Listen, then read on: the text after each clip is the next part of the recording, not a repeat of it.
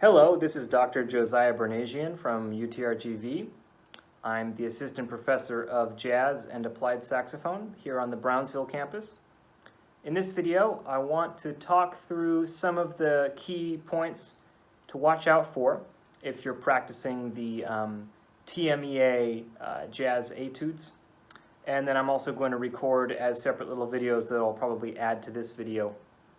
Just some demonstrations of me kind of playing my way through them at the various tempos that you can play along with the play-along tracks online. So let's look at the first Etude. I've got the score in front of me here on the computer. So this one's a swing. It's a swing feel. You got to get the quarter note up to about 220, which is not crazy fast. So the most important thing with this Etude, as with all of them, is to start it slow and take it in chunks. So that's really important. Don't move on from a passage until you've really mastered it comfortably at a slow tempo. And I like to practice starting with the articulations in there as early as possible in my practice routine. Now when I'm actually playing, sometimes I like to vary the articulations on the fly.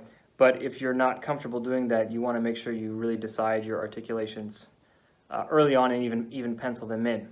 So with a jazz swing tune like this, the standard practice is that we're going to tongue, obviously, the first note of a line, of a melodic line, and we tend to especially also tongue the last note of a melodic line. We also tend to tongue the top notes of the melodic line, so those are our climaxes. And then otherwise, we generally tongue upbeats and slur two downbeats, but also sometimes we'll tongue when the melody changes direction. So there's really no one rule. I know sometimes people say always tongue the upbeats. There's no one rule that always applies. So part of interpreting the Etude is going to be to figure out where you're going to tongue. So let me demonstrate for you how I might practice a couple lines. So let's take the very first phrase. It's a 3-measure phrase. So I'm going to start very slow, and I would put a metronome on, but for now I'm going to do it a cappella. And I'll just tap my foot to keep myself in time here. So I'll do it really slow at first. Take it as slow as you need to, and I'm going to be focusing on playing with a really good swing feel, keeping a very solid, consistent air support, getting my lip out so I get a nice bright jazz tone quality. And I'm going to think about where I want to articulate in this line. So here's the first 3 measures of Etude 1. 1, 2, 1, 2, 3, 4.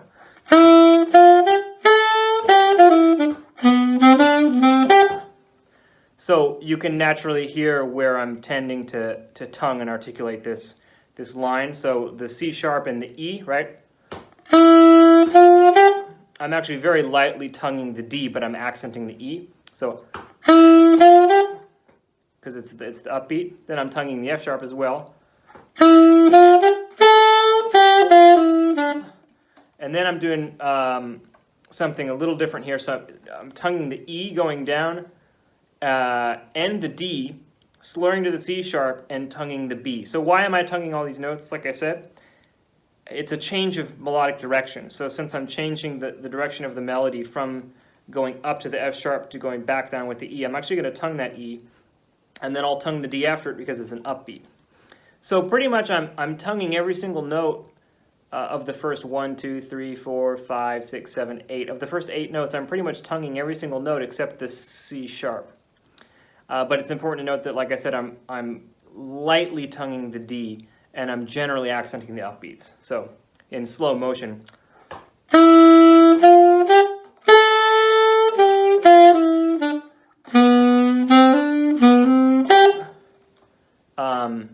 And then for that second half of the phrase, I guess I'm just tonguing the upbeats, tonguing the A, the G sharp, and the E. So that's just one version. That's just the way I did it, and that's just the way I happened to do it the first time through at this tempo. As I speed it up, I'm most likely going to be tonguing less. But this is the level of detail that you should be diving into as you're learning the Etude. Okay, and so now I would slowly, gradually kick the tempo up on that.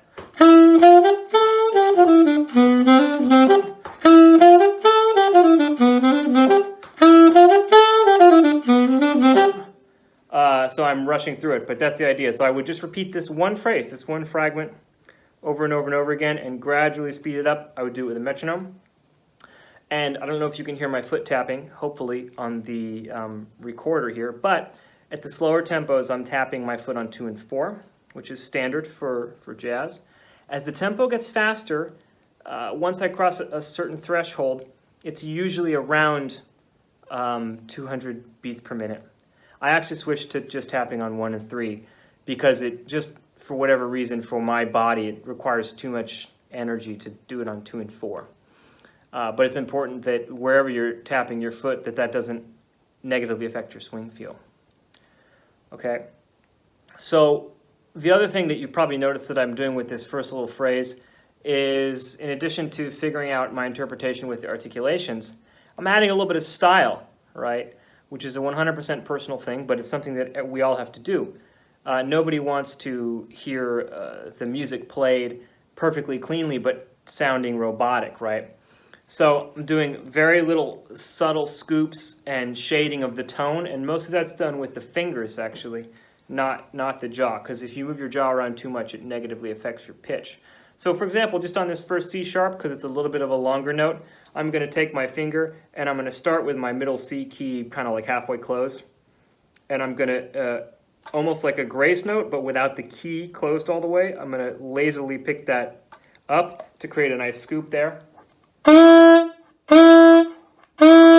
And that way, I don't have to worry about finding the pitch for the C sharp. I just set my embouchure where it normally is, and I know that once my finger gets out of the way, that C sharp is going to be in tune. So that's how I'll execute a little bit of scoop on that first note to just add a little bit of character. Right? So let's look at some of the trickier phrases here.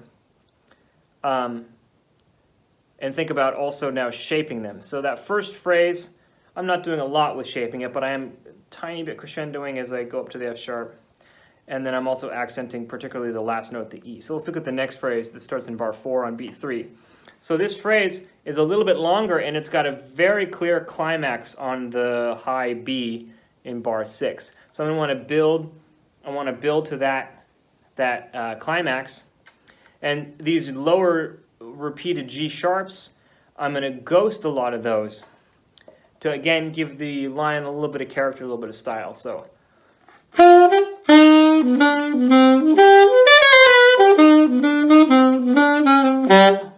okay, so again, a lot of the same characteristics, right? Very, very strongly accenting the high B because that's the high point of the line, that's the climax, the high point of the energy. And I'm accenting the last note, the E, even though it's low. I'm accenting it because it's the last note of the line, and I want it to be really crisp.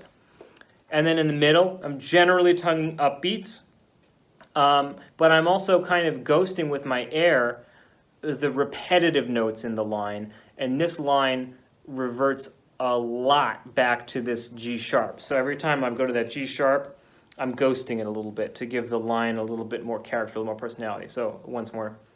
1, 2.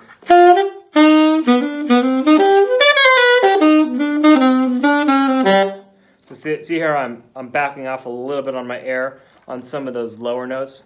Just gives the line some motion, some character. I could play it laser straight, and it would be correct, but it wouldn't have the same personality to it. So I could play it by contrast like this.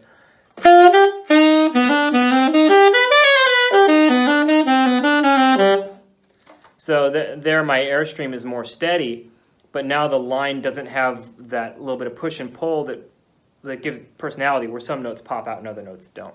So that's something to consider. Otherwise, that's basically the process for learning this etude. And what I would recommend also is if you practice it one day, like I'm doing it right now, I'm practicing it phrase by phrase, starting with the first phrase. And then I would try and put those two together, right?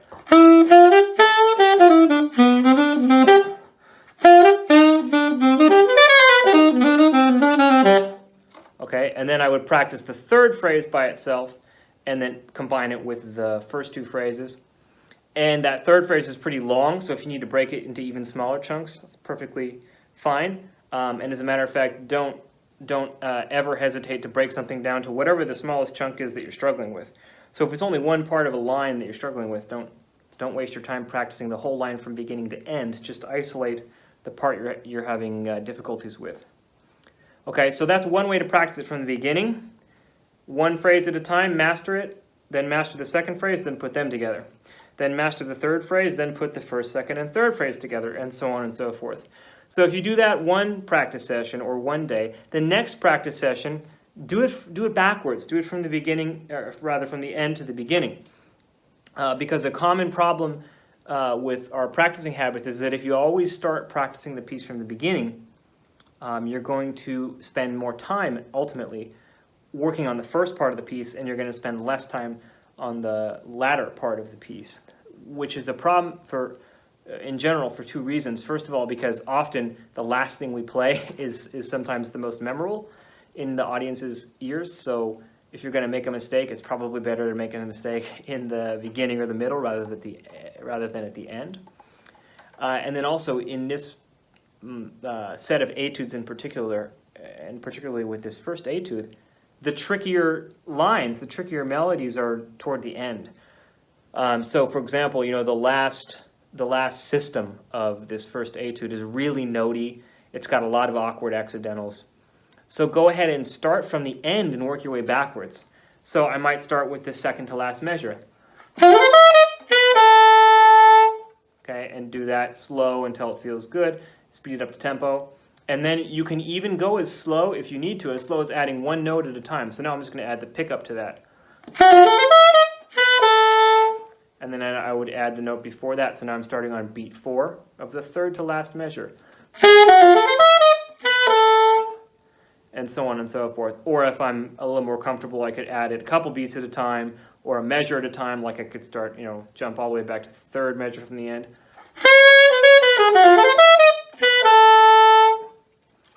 But the idea is now I'm starting at the end and I'm working my way backwards to make sure that I spend just as much time working on the later part of the etude or the piece, spending just as much time on that as I am on the beginning or the earlier parts of the piece.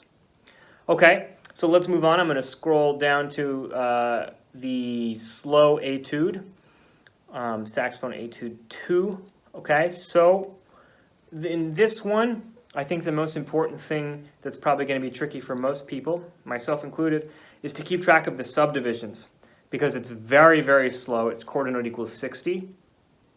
So you have to subdivide, right? When there's only one quarter note per second, which that's what, 60 quarter notes, 60 BPM is 60 beats per minute. Well, there's, 60 seconds in a minute. So it's basically one quarter note for every second.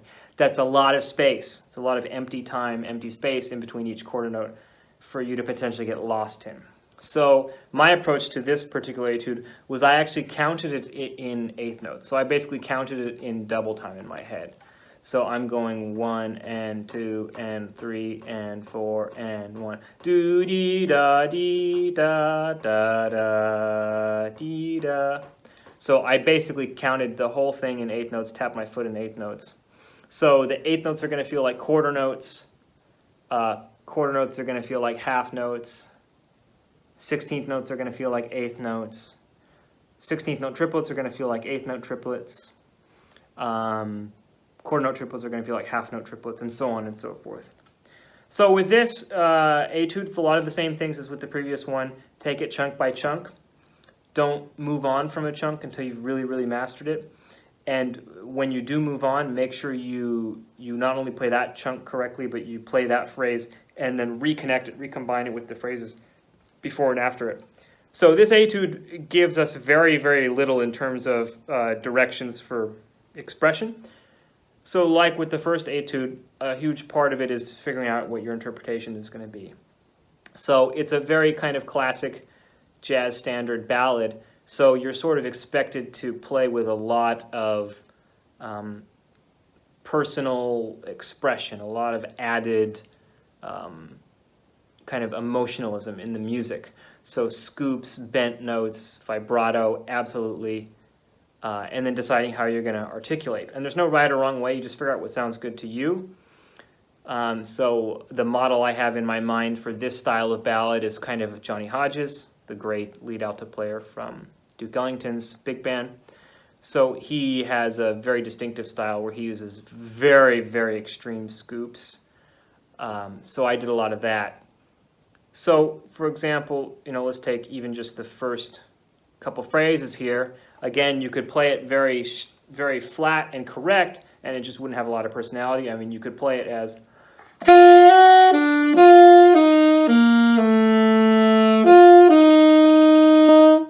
And then even if I add vibrato,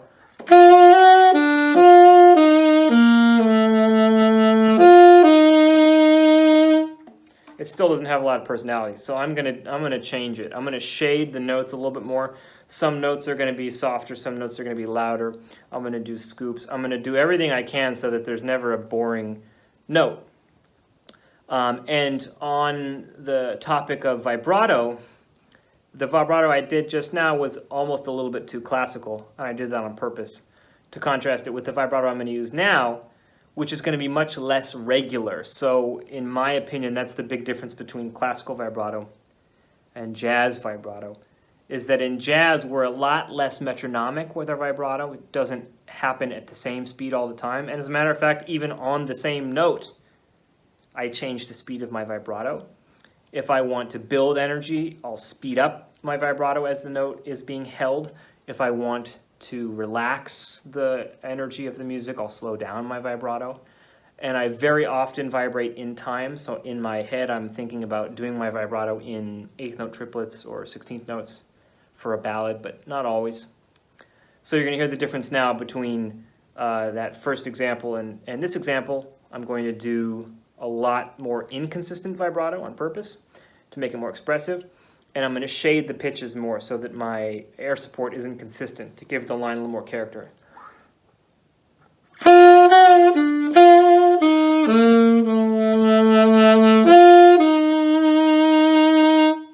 So a lot of little micro crescendos and decrescendos, right? Some scoops, and using different vibrato speeds, right? Cutoffs are really important with this as well. Make sure you're counting and holding notes full value. And other than that, it's, as always, finding those climaxes of the line. Every line has some climaxes, and then figuring out whether you want to taper or build the ends of the line. So let's look at the second phrase. Again, I could play it kind of straight. I could go, or even with a little bit of vibrato. It just lacks personality. So I'm going to lay into that E flat a little bit more and scoop into it because it's the climax of the line, and I'm going to taper the F at the end.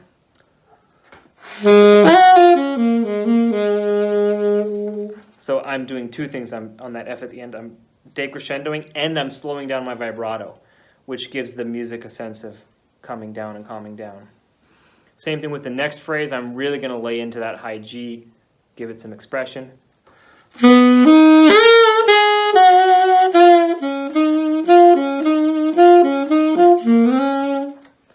Add a little bit of a glissando there.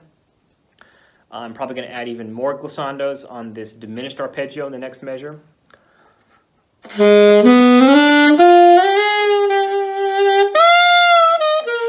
And really bend that high D.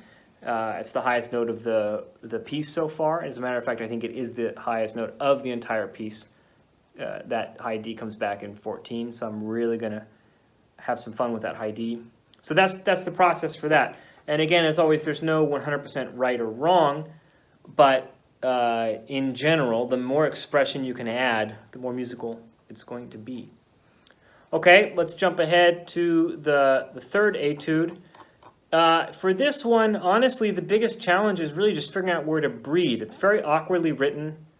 There's not a lot of places to breathe, and a lot of these lines are notey and have almost like the equivalent of musical tongue twisters. They're just kind of labyrinthian little passages that are super notey and don't really go anywhere in terms of the melodic direction.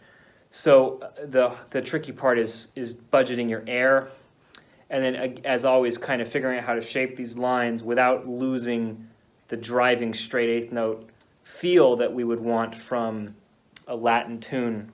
So, for example, to show you what I mean with the awkwardness of some of these lines, if you just look at starting at bar 5, like I said, it's almost like a musical tongue twister. It's almost like a finger buster exercise here.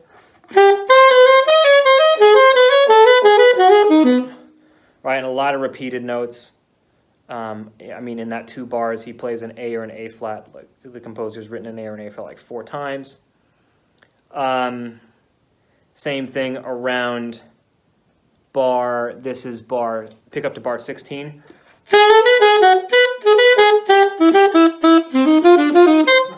Right, a lot of repeated notes. And then we also have more of this kind of finger buster business going on. Measure 20.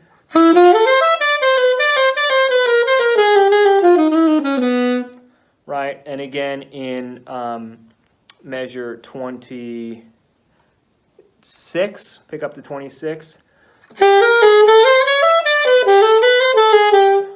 Right, a lot of little chromaticism that just makes it slightly awkward on the fingers.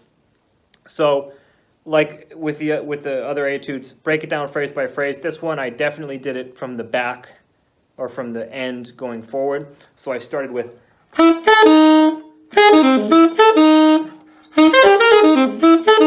like that, and I built the line working my way backwards.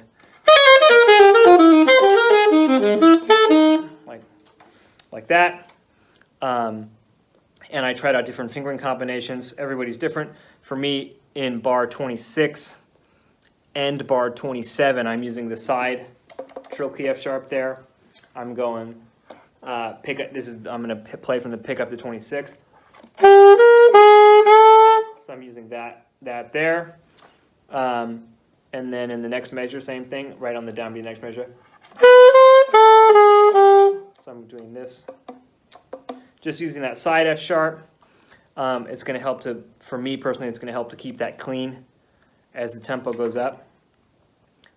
Keep in mind that they've posted a correction on the website. The very beginning, beat 2 is short and beat 3 is long, so the articulation should be right. And then other than that, it's the same as the other etudes. Take it chunk by chunk, stitch those chunks together, look for alternate fingering combinations when possible, figure out how you're going to articulate it. In general, we're going to accent the top notes of the lines, changes in melodic direction, and focus on keeping a really steady and driving eighth note feel, whatever tempo you're working at.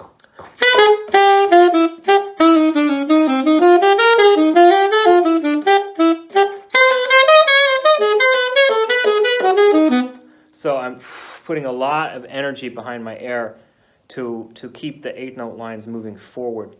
A lot of the times we forget how important the airstream is and air support is in terms of time. We think of time as maybe being more related to the fingers, but time is also very much related to your airstream and your articulation. So being very crisp with your articulations when you do articulate and keeping the time moving forward. And then, like I said, figuring out where to breathe and budgeting your air. So I think I took a breath, I snuck in a breath on the downbeat of bar 5. And then I needed another one even at the fastest tempo. I think I snuck in a breath on bar 5, 6, 7. On bar 7, on beat 4. So I clipped that staccato A flat pretty short and snuck in a breath before the B flat on the end of 4. And then I breathed in 9, 10, 11. In bar 11 when there's a rest at the end of that measure. The next spot, that's you got to make sure you take a breath somewhere in between 18 and 23. You might be able to make it through that whole line, but I think I snuck in a breath somewhere in there, or no, maybe not. But right at the beginning of 18 probably. So just watch out for that section too, and stay relaxed. And this goes for the first etude as well. If you're playing fast, the enemy is tension and anxiety. And of course, when you're running out of air, it's human nature. We get a little bit more tense and a little more anxious. So breathing is important for that as well. So as you get it faster and faster and faster for both of these fast etudes, the most important thing is to really stay relaxed and focus on the musicality and not be intimidated by the speed or the number of notes or the number of accidentals or awkwardly written lines or the lack of articulations, the lack of dynamics. Don't be intimidated by all of that. Just make your own interpretation of it. Put all that stuff in there yourself. Articulations, dynamics, and expressive elements. Okay, so hopefully this is helpful for everybody. Like I said, take your time with them. Take them chunk by chunk, and I'm going to include at the end, either as a separate video or depending if people prefer, I might just tack them all onto this video. I'm going to include some samples of me playing each etude, and I recorded it with the backing track. Hopefully you can hear enough of the backing track, but I focused on you being able to hear me more.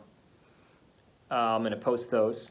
And I did it at all the tempos that they have play-alongs for. So, good luck everybody, and we'll do a separate video. I'll talk about the improvisation elements.